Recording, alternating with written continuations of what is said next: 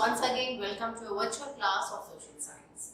Today the chapter that we are going to learn is about the tribes, nomads and settled communities. In the previous class we have seen that how the various towns like Hampi, Masulipattnam and Surat, they emerged and how they have declined. That also we have seen, isn't it? So today we are going to discuss about the tribes. Okay, what was their role in our history and who are these people are. So today we are going to discuss about the tribes and their way of living and so on. Okay, so we will see here is that over the centuries you can see that various kingdoms have come and various kingdoms have gone, isn't it? They have rose and at the same time they fell as well. So various craft and industries have grown along with it. But meanwhile, we have seen that various political and economic and social development has been taken place. Okay, so but here you will see that the social change was not the same everywhere in our society. ठीक है, मतलब राजनीतिक, सामाजिक और आर्थिक प्रगति तो हुआ, चाहे जितने भी किंगडम्स आए और गए, तो उसके साथ हमने ये भी देखा कि कई कला, हस्तकलाओं का भी हमने कई विभिन्न प्रकार के हस्तकलाओं का भी हमने उनका कैसे उस वक्त उनका कैसा बोलबाला रहा, लोग पसंद करते थे कि कैसे various crafts and industries we have seen. So these all things we have studied in the previous class, isn't it? तो आज हम इसमें ये देखेंगे कि इन किंगडम्स के आने से और उनके जाने की जो प्रक्रिया है, इसमें हमने कहीं सामाजिक, आर्थिक और जो राजनीतिक प्रगति को तो देखा, लेकिन जो सोशल चेंज है समाज में वो हर जगह एक समान नहीं था. जो हमारा जो समाज है, जो ब्राह्मणों द्वारा उस जमाने में ब्राह्मणों द्वारा वो उन्होंने एक सिस्टम, एक रूल बना रखा था जिसको हम कहते हैं varna system. What do we call it as? Varna system. ये आप आगे क्लास में जब आप जाओगे 8th क्लास में, तब भी आपको ये जानना बहुत जरूरी है, because the chapter will be mostly based on this only. तो ये बेस है जिसे आपको बहुत जानना बहुत जरूरी है. So this is varna system. Actually उस जमाने में जो है ब्राह्मण का समाज में बहुत बड़ा ऊंचा दर्जा हुआ करता था. ये ब्राह्मण जो है इन्होंने रूल बनाया है, मतलब इनके हिसाब से समाज में 4 मुख्य प्रकार के लोग रहते हैं. उन्हें जैसे उनके ऑक्यूपेशन के बेस में उनको डिवाइड करके रखा हुआ है. पहला है ब्राह्मण, ये समाज के सबसे उच्च स्तर के लोग हैं, ब्राह्मण्स. ठीक है. दूसरे हैं आपके क्षत्रियस. क्षत्रियस इनको बोलते हैं जो वॉरियर्स है, जो युद्ध में राजा वगैरह जो है, राजा सेना वगैरह जो है, ये इनको हम क्षत्रिय बोलेंगे. इनका काम है अपनी प्रजा को बचाना, बाहरी ताकतों से अपनी प्रजा को बचाना, तो इनको हम बोलते हैं क्षत्रिय. तीसरा आपका आता है वैश्य. वैश्य business people and all come under the वैश्य. जो छोटे मोटे जितने भी जो बिजनेस करते हैं तो उनको हम वैश्यास कहेंगे. इनका काम है बिजनेस, जो जितने भी लोग जो बिजनेस से रिलेटेड है, they all will come under Vaishyas. Now fourth is the Shudras. ये वर्ना सिस्टम का मतलब ये पूरे जो समाज जो है एक वर्ना सिस्टम के आधार पर विभाजित है, और उसमें जो है सबसे ऊंचा अगर ब्राह्मण है, उसके बाद क्षत्रिय और फिर वैश्य और सबसे नीचे है शूद्रास. शूद्रास को सबसे नीचे रखा गया है. इनका काम है इनको सर्व करना, इन तीनों जातियों को सर्व करना, ब्राह्मणों को, क्षत्रिय को और वैश्य से. और शूद्र का ये भी काम है जो गंध वगैरह जो होता है उस जमाने में साफ करने का काम भी शूद्रास का ही होता था. इसके बारे में और तफ्तीश से आप जान सकते हैं. हम 8th क्लास में जब आप जाओगे तब आप इसके बारे में और ज्यादा आपको जानने को मिलेगा, और उस वक्त जो है शूद्रास की क्या हालत थी और हमारे सामाजिक ढांचे में शूद्रास का क्या रोल रहा, ये सब भी आप आगे जाके पढ़ेंगे. ओके, तो आप यहाँ पर हम देखते हैं कि उस वक्त जो है भारतीय समाज वर्ना सिस्टम के आधार पर विभाजित था, लेकिन ऐसे भी एक सोशल चेंज, ऐसे भी समाज में ऐसे भी कुछ लोग थे, मतलब वो हमारे साथ तो नहीं रहते थे, लेकिन उनका समाज हमारे समाज से एकदम ही अलग था, जिसको हम बोलते हैं ट्राइब्स, ठीक है, जनजाति। ये भारत के कई विभिन्न प्रदेशों में आप कई तरह की जनजातियों को देख सकते हैं, चाहे गोकस हो, गडीज हो, चेरोस हो, ये सब नाम है। अगर इसको आप बखूबी अच्छे तरीके से समझना चाहे तो आप अंडमान निकोबार आइलैंड को भी एक उदाहरण के तौर पर देख सकते हैं। जैसे कि हमारे द्वीपों में निकोबारीज, जारावास, शॉम्पेन, सेंटिनल्स, ये सारे जो ओंगीज, ये सारे जो जनजाति हैं, ये भी इनका भी अपना हमारे जैसा ही उनका भी समाज है, लेकिन उनका समाज हमसे एकदम विभिन्न, मतलब अलग है, एकदम ही अलग है। उनके अपने रूल्स और रेगुलेशंस हैं और वो हमारे साथ नहीं मिलते, लेकिन इसका ये मतलब नहीं कि वो हमारे जैसे मनुष्य नहीं है या उनकी जरूरतें हमारी जैसी नहीं है, लेकिन उनकी जो समाज है वो हमसे अलग है। इसी के बारे में आज हम इस चैप्टर में विस्तार से पढ़ेंगे, ठीक है। तो मेरे बच्चों, जैसे मैंने आपको बताया वर्ना सिस्टम के बारे में, लेकिन यहाँ पर एक बात जानने वाली बात ये है कि उस वक्त जितनी किंगडम्स आए और गए, ये जो सामाजिक ढांचा था इन लोगों के बीच में, ये जो जातियों का जिस तरीके से ये सामाजिक समीकरण है, ये उस वक्त भी जो है काफी इनके बीच में डिफरेंसेस वेयर देयर। लेकिन जैसे ब्राह्मण जो है उच्च स्तर के लोग होते थे, तो इनके बीच में काफी डिफरेंसेस होते थे। वक्त के साथ जैसे है, ये आप देखेंगे कि ये जो जाति के बीच में जो भेदभाव है वो भी आपको देखने को मिलेगा, और साथ ही साथ जो है अमीर और गरीब के बीच का जो भेदभाव है ये भी आपको देखने को मिलेगा। लेकिन ये सब जो चीज है, ये सिर्फ वर्ना सिस्टम हमारे समाज में ये था, लेकिन अगर आप ट्राइब्स को देखेंगे वो इन सब चीजों को नहीं मानते थे। ब्राह्मणों द्वारा वर्ना सिस्टम बनाया गया और जो सामाजिक समीकरण उनके द्वारा बनाया गया वो उसको ट्राइब्स मानते ही नहीं थे, और उनका एक अपना अलग समाज था, ठीक है। तो आप यहाँ पर देख सकते हैं कि जब मैं बात करती हूँ ट्राइब्स की, जैसे मैंने आपको बोला, इसे अगर आप अच्छी तरीके से समझना चाहें तो आप हमारे द्वीपों के भी कई जनजाति हैं जिनको आप जिनके सहारे आप ये इस चैप्टर को और अच्छी तरीके से समझ सकते हैं। तो यहाँ पर आप देखिए कि जो मेनी ट्राइब्स है, what they used to do, they for their livelihood either they used to be dependent upon the agriculture, and most often these people were the hunter gatherers as well। वो शिकार भी करते थे, मतलब अपने जीवन यापन के लिए, अपना जो जीवन चलाने के लिए वो एग्रीकल्चर पर डिपेंडेंट थे, या फिर वो जो है शिकार वगैरह करते थे, जिससे कि वो अपना जिंदगी व्यापन कर सके, ठीक है। तो most often what they used to do, they used to combine all the activities, मतलब वो एग्रीकल्चर का काम भी करते थे, शिकार भी करते थे, ताकि जो प्राकृतिक संसाधन जो हमारे पास है, आसपास है, मतलब अगर आप देखें ट्राइब्स जो है प्रकृति से बहुत ज्यादा जुड़े हुए हैं, ठीक है। मतलब वो जो कुछ उनका जो खाना, उनका जीना जो है वो प्रकृति से ही, means they are dependent upon the nature and they live on the, means they live according to the nature, okay. मतलब जो भी उनको आसपास प्रकृति में जो मिलता है उसी को खाकर वो जीते हैं। तो mostly you will see that either in those days the tribals either they used to do agriculture work, और sometime they were also hunter gatherers, and sometimes they used to combine all the activities together, like that agriculture भी करते थे और शिकार भी करते थे, ताकि प्राकृतिक संसाधन का जितना हो सके वो मतलब उसको जितना हो सके उसका उपयोग वो कर सके।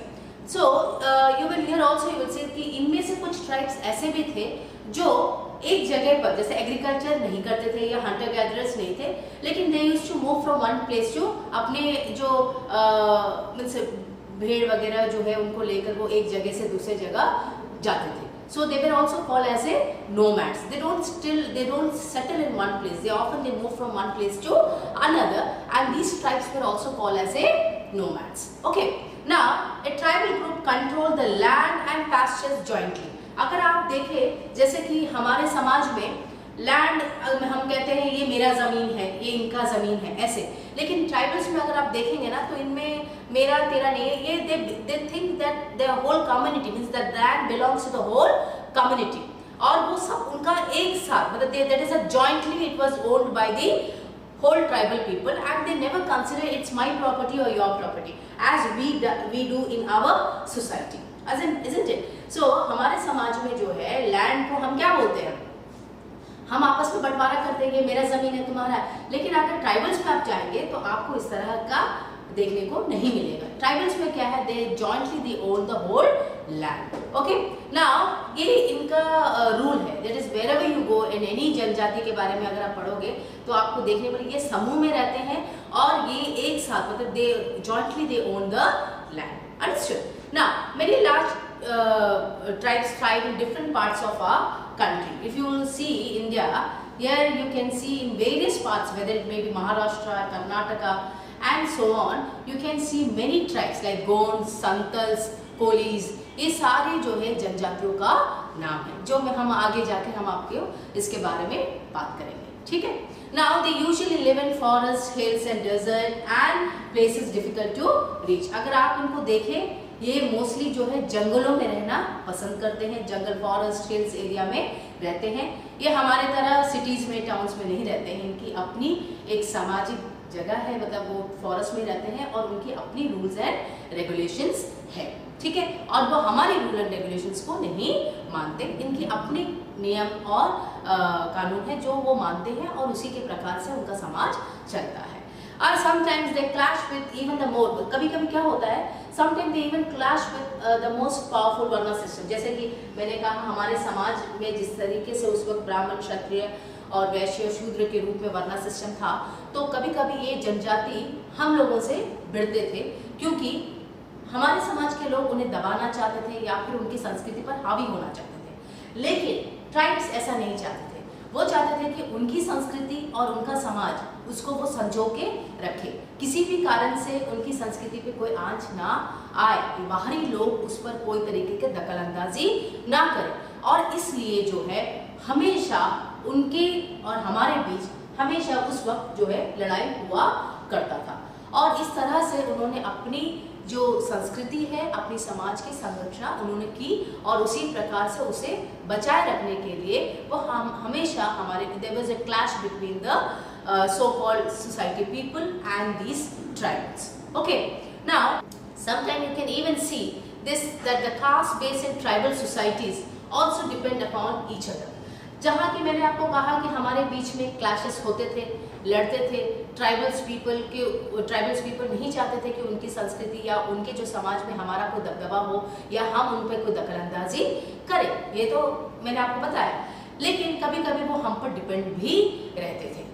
एक तरफ वो लड़ते तो थे, मतलब स्वाभाविक है, लेकिन at the same time they were dependent upon us as well for their other needs, for their various needs. They used to depend upon the people like us. The relationship of conflict and dependence gradually caused both societies to change. तो इसमें आप देख सकते हैं कि कहीं एक तरफ हमारे बीच में क्लैश होता था, at the same time these people used to be dependent upon us for the various needs of those tribal people. Okay, so the next we will discuss here the topic. I hope, my dear students, that you have understood this Varna system, isn't it? So let's move to the next topic, that who were these tribes. So my dear students, the next topic that we are going to discuss here, who were tribal people. Okay.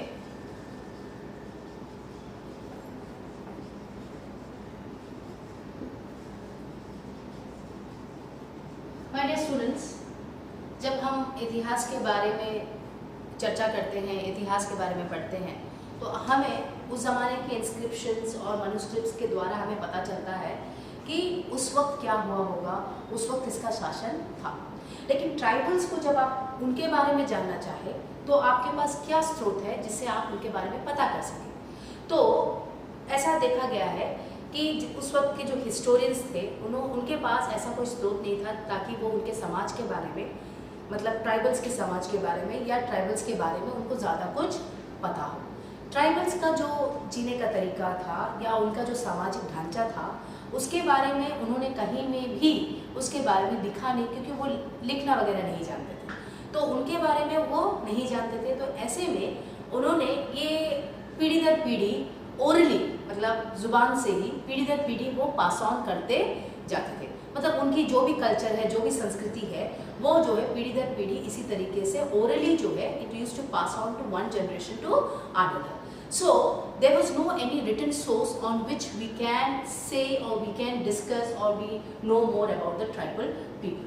Tribal people society, if we want to know more about the tribal people, so we don't have any such sources. Okay, But in those days, the tribal people, they used to their pass on their customs and tradition to one generation and to another generation through orally, मतलब जुबान से ही वो बोलते थे. Okay, so here you can see. तो आप अभी देख सकते हैं कि अभी के जो historians हैं, they are trying to know more about their traditions and customs of the tribal people, क्योंकि उनके जैसे मैंने कहा, they don't have any written records. Okay, so they have now. The people have started writing about these tribal people, उनके बारे में, उनके traditions के बारे में, उनके culture के बारे में अब लिखना शुरू हुआ है. इसको अगर आप समझना चाहें तो जैसे निकोबारिस हैं, ये भी एक ट्राइबल ग्रुप है अंडमान निकोबार आइलैंड्स के. अब इन्होंने भी लिखना शुरू किया है. They started writing about their language and all, so that they can उनकी जो written records है, हम उनके संस्कृति के बारे में, उनके समाज के बारे में और अच्छी तरीके से जान सकते हैं. तो अब हम यहाँ पे देखेंगे the tribal people, they are found in all the regions of almost in all the regions of the Indian subcontinent. Okay, now the Aryan influence of a tribe varied at different points of time. Sometime अगर आप देखें tribals को, जैसे मैंने आपको कहा चीरोज हुआ, कोलीज हुआ, गड्डीज हुए, so that these all the tribes, Mundas, सेंथल्स, they are all the tribal people. तो इसमें भी आप देखेंगे कि कुछ ट्राइबल पीपल्स में there that they became very powerful. Okay, it's not like कि कुछ एम्पायर, जैसा मुगल दिल्ली सल्तनत के बारे में हम बात करते हैं तो कभी हम मुगल शासकों के बारे में बात करते हैं और इन्हीं को हम ज़्यादा पावरफुल समझते हैं. लेकिन ऐसे भी कुछ ट्राइबल्स ग्रुप रहे हैं जो अपने वक्त में, उस वक्त जो है, they were very very very powerful. Okay, so like for example some powerful tribes like we can see in Punjab the Khokhar. अगर आप पंजाब में देखेंगे,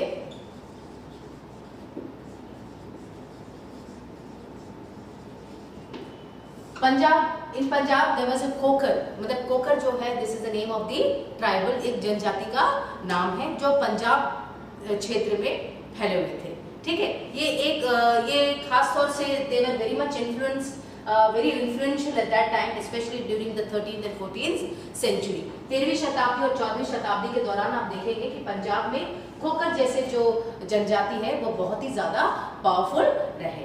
उसके बाद आप देखेंगे खोकर्स के बाद घाकर आने लगे, वो दे बिकेम मोर, ये भी पंजाब के थे. ये जो जनजाति है कुछ वक्त के बाद जैसे खोकर इन्फ्लुएंशियल ट्राइब रहे, उसके बाद थोड़े दिन के बाद आप देखेंगे कुछ वक्त के बाद Gakhar they became the more powerful tribe, influential और powerful tribes. Okay, now here you can see that the chief Kamal Khan Gakhar, ये भी आप देख सकते हैं.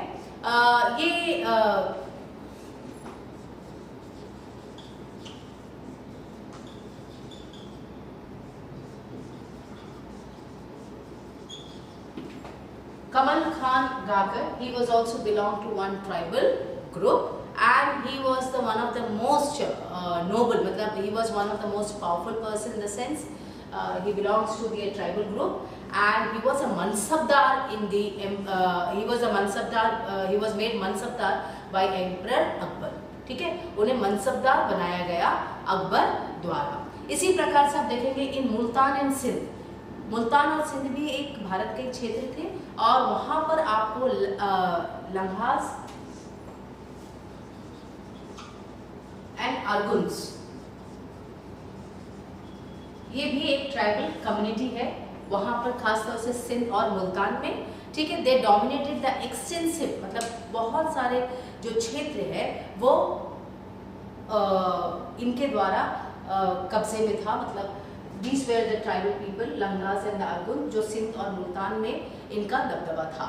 लेकिन ये कुछ दिनों के बाद मुगल्स ने उन पर अपना वर्चस्व कायम कर लिया, मतलब उसको अपने जो मुगल शासन में उनसे समावेश कर लिया. ठीक है, फिर दूसरी अगर हम देखें तो ट्राइबल ग्रुप्स में है बलूचिस, जैसे हम बलूचिस्तान के नाम से आज जानते हैं, वहाँ पर उस वक्त जो ट्राइबल्स थे उनको हम बोलते हैं बलूचिस. ठीक है, they were the one more another large and powerful tribes and in those days you will also see that in the northwest, खासतौर से नॉर्थ-वेस्ट अगर आप देखेंगे जो इंडिया से लगे नॉर्थ-वेस्ट पाकिस्तान जो एरिया है, वहाँ पर आप देखने से बलूचिस ट्राइब्स का दबदबा था. They were divided into many smaller clans, मतलब कई कुलों में, कुल जैसा बोलते हैं ये एक कुल का है दूसरे को, so these tribes were divided into different clans that we call as a kul, ठीक है। तो in the western Himalaya live the shepherd tribe of Gadis, the distant northeastern part. If just you have a look on your screen, no, you can see various names and various tribal people settled in various places of Indian subcontinent. Okay, like for you see the distant northeastern part of the subcontinent too was entirely dominated by the tribes like the Nagas, Ahams and many others. लेकिन अगर आप north east में जाए, जैसे north east में जैसे अभी के जो मणिपुर, मिजोरम, मेघालय, जिसको हम 7 सिस्टर्स के नाम से भी जानते हैं, ओके, सो अगर असम वगैरह आप उधर चले जाए तो वहां पे आपको जो ट्राइब्स मिलेंगे they are the Nagas and Ahoms, okay, even Santhals भी आपको मिलेंगे, ठीक है।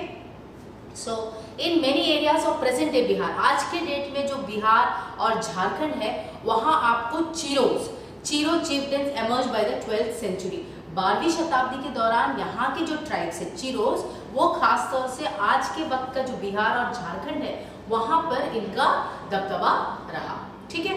उसी प्रकार से अगर आप देखें Raja Mansingh, Akbar's famous general, he attacked and defeated the Cheros in 1591। अगर आप देखें कि 1591 में आप देख सकते हैं कि राजा मानसिंह जो अकबर के फेमस जनरल थे, उन्होंने इन चीरोज पर अटैक किया, कब? 1591 पे, ठीक है। तो उन पर अटैक किया और अटैक करने के बाद उनके हार जाने, चीरोज के हारने के बाद बहुत सारी जो चीज़ें हैं वहाँ से उनके पास से हत्या लिया गया। Means all booty, a large amount of booty was taken from them, but they were still not entirely subdued. लेकिन चीरोज को राजा मानसिंह जो अकबर के जनरल थे, उन्होंने इन पर अटैक किया और उनसे बहुत सारी चीज़ों को हत्या तो लिया, लेकिन उनको फिर भी अपने शासन, अपने प्रजा के रूप में उसे समावेश नहीं किया, ठीक है। लेकिन ये काम आगे जाके आप देख सकते हैं Aurangzeb what he did,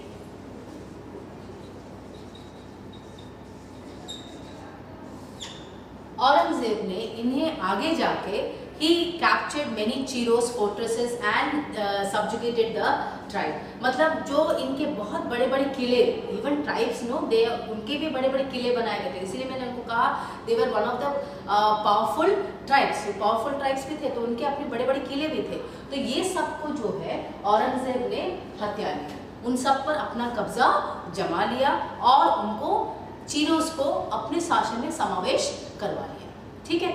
So the Mundas and Santals were among the other important tribes that lived in the region like Orissa and Bengal. अगर आप संतल्स की बात करें, मुंडास की बात करें, आपने यूजुअली सुना होगा बिरसा मुंडा, ये भी आप क्लास 8 में जाएंगे तब आपको उनके बारे में, मुंडास के बारे में जानने को मिलेगा। ये भी एक ट्राइब्स है, ये भी एक जनजाति है जो खासकर विशेषकर संतल और मुंडा जो ट्राइब है जनजाति के लोग, ये खास तौर से उड़ीसा और बंगाल जैसे राज्यों में उस वक्त, जो आज के हम बंगाल और उड़ीसा बोलते हैं, उस वक्त उनका वहाँ पर काफ़ी दबदबा रहा, ठीक है। तो उम्मीद करती हूँ मैंने आपको अभी यहाँ पे जो समझाया वो आपको समझ में आया होगा। सो इस तरीके से हम देखेंगे कि चीरोज को कैसे औरंगजेब ने अपने शासन, अपने प्रजा में इसको समावेश कर लिया। उसके बाद आगे हम देखते हैं the next we will see even the Maharashtra highlands and Karnataka were home to the Kolis. तो आप यहाँ पर ये भी देख सकते हैं, just have a look on the screen, you can see the map of India in which you can see the various tribes of situated in different parts of our country. So in that way you can see the Maharashtra, especially the Maharashtra and Karnataka in those days. Maharashtra और कर्नाटका काफ़ी दूर तो है नहीं, वो एक दोनों पास ही state है, तो एक दूसरे से लगे हुए हैं वो स्टेट्स। तो वहाँ पर आप देखते हैं उस वक्त जो वहाँ की जो जनजाति थी उनको बोलते थे हम लोग Kolis and Berads. Okay, so my dear students, as I told you that कई विभिन्न प्रकार की जनजातियां हमारे भारत के विभिन्न क्षेत्रों में पाए गए हैं। उसी प्रकार से आप देख सकते हैं महाराष्ट्र और कर्नाटका जो है वहाँ पे एक मुख्यतः एक जनजाति है जिसको हम बोलते हैं कोलीस। ओके, ये जनजाति वहाँ पर विशेषकर आपको कर्नाटका और महाराष्ट्र में मिलेंगे, और कोलीस एंड बिराज भी। Okay, Kolis and Berads These are two types of the tribal people, those especially living in Karnataka and Maharashtra. Similarly, you can see them in Gujarat also. आपको गुजरात के कुछ भागों में आपको यही जनजाति वहाँ पर भी मिलेंगे, गुजरात में भी, ठीक है। तो स्पेशली अब जब हमने नॉर्थ ईस्ट के बारे में बात किया, हमने नॉर्थ वेस्ट के बारे में, बलूचिस के बारे में बात किया, नॉर्थ ईस्ट में जब आए तो हम अहम्स और मुंडा, संतल्स वगैरह के बारे में बात किया, और कर्नाटका के और महाराष्ट्र में जब हम आए तो हमने कोलीज और मिराज के बारे में बात किया। तो अब हम थोड़ा साउथ में जाते हैं, तो वहाँ पे in southern India if you will see in the south there were large tribal population of Koragas, Vettars,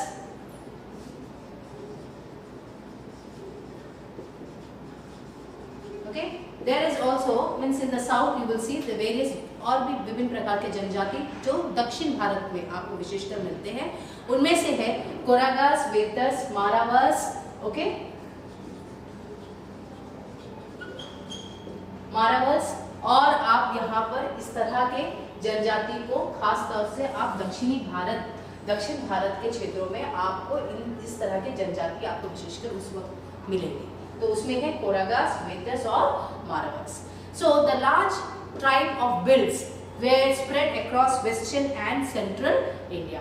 तो बिल्स भी एक ऐसी ही जनजाति है जो खास तौर से आपको सेंट्रल इंडिया में और वेस्टर्न इंडिया में मिलेंगे। तो by the late 16th centuries, many of them had become settled agriculturists and some even became the zamindars also. मतलब धीरे धीरे आप देखेंगे कि जो सामाजिक ढांचा, जैसे हमने कहा हमारा जो समाज है उनके समाज से एकदम अलग है, ये हमने आपको बताया, लेकिन आप देखेंगे कि वक्त के साथ साथ यही जो ट्राइबल्स है, यही जनजाति है, धीरे धीरे उनके समाज में भी काफ़ी बदलाव आया।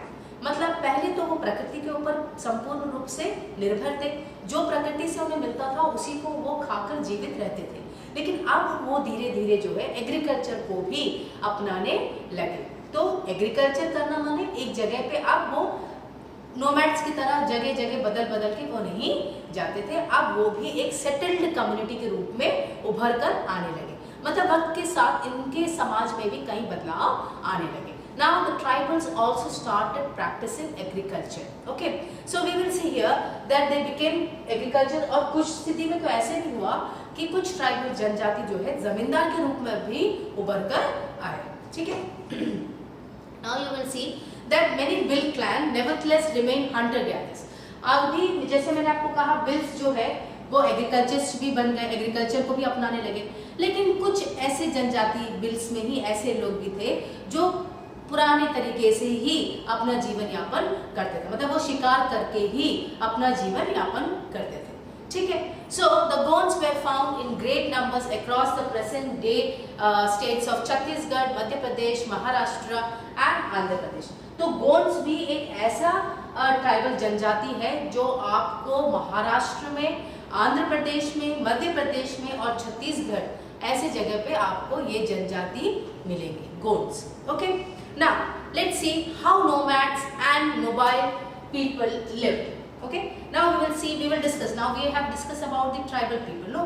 So now we will discuss about the nomads. Now who these are the nomads? I told you the nomads are the people, they keep on moving from one place to another. They never used to be settled in one place, they never used to settle in one place, so they keep on moving. So now we will discuss about them, that is the nomads and the mobile people. Mobile people means they keep on moving from one place to another. Okay, so the nomadic pastoralist. Now as I told you in this topic we will discuss how nomads and mobile people live. So nomadic pastoralist people are those who move from one place to another. Mostly these people move to the long distance with their animals. ये अपने जानवरों को साथ में लेके बहुत दूर दूर तक means in search of the pasture. Okay, चारा के तलाश में अपने जानवरों को देने के लिए they used to move from one place to another, especially long distances they used to move.